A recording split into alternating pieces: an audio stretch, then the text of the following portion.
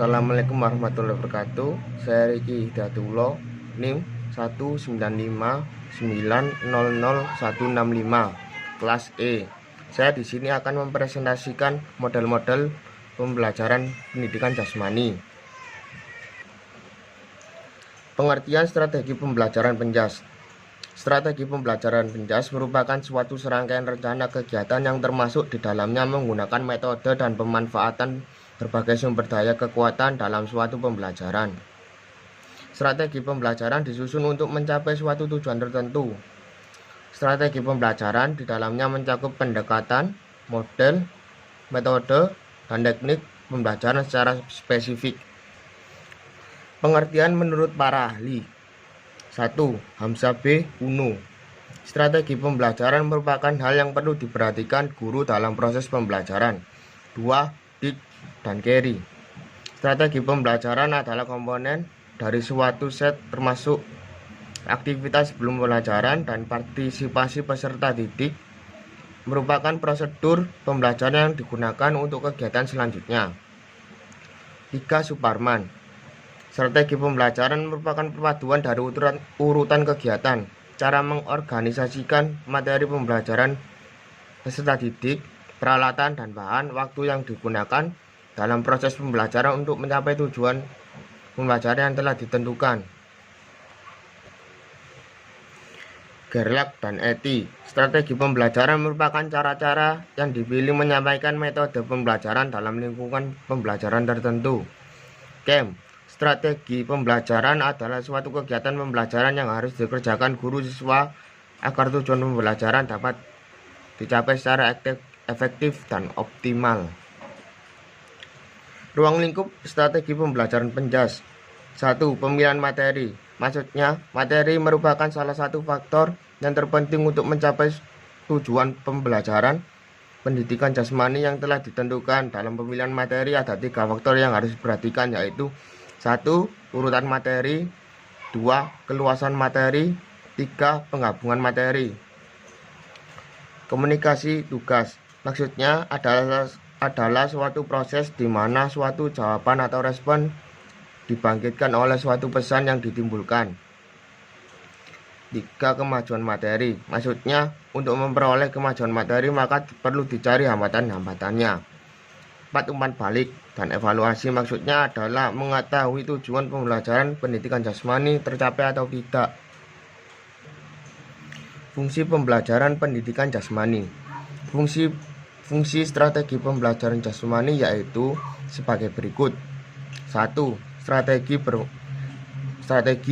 berfungsi sebagai faktor determinan keberhasilan. Maksudnya, strategi mempunyai kedudukan yang cukup menentukan terhadap keberhasilan proses belajar mengajar pendidikan jasmani. 2. Strategi berfungsi sebagai peletak dasar kegiatan suatu proses belajar mengajar. Maksudnya, bagaimana proses belajar mengajar pendidikan jasmani tersebut berlaku sangat bergantung dasar-dasar yang diletakkan pada awal kegiatannya. 3. Strategi berfungsi sebagai patokan atau ukuran keberhasilan. Maksudnya, strategi berperan sebagai acuan pelaksanaan dan menjadi patokan untuk menjalankan proses pengendalian bila terjadi penyimpangan. Perencanaan fasilitas dan persiapan mengajar. 1. Persiapan terhadap situasi. Pemahaman situasi harus dimiliki seorang guru untuk mengajar di dalam kelas, sehingga dengan pengetahuan tersebut guru dapat membuat ancang-ancang terhadap variabel faktor masalah yang dihadapi suatu kelas. 2. Persiapan terhadap siswa yang akan dihadapi. Sebelum guru mengajar, ia harus mengetahui keadaan siswa tersebut, atau dengan kata lain, guru harus membuat gambaran yang jelas mengenai keadaan siswa yang ada di kelas. 3. Persiapan dalam tujuan pembelajaran.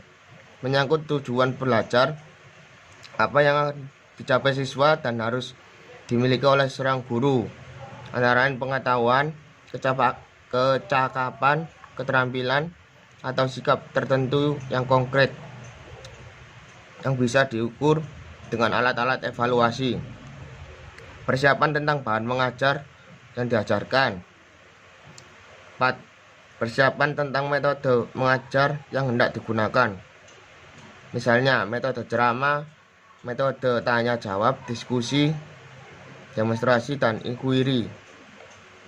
5. Persiapan dalam penggunaan alat-alat peraga, misalnya spidol, penghapus, alat-alat pelajaran sebagainya. Alat peraga dapat dijadikan media komunikasi dengan baik saat proses belajar mengajar.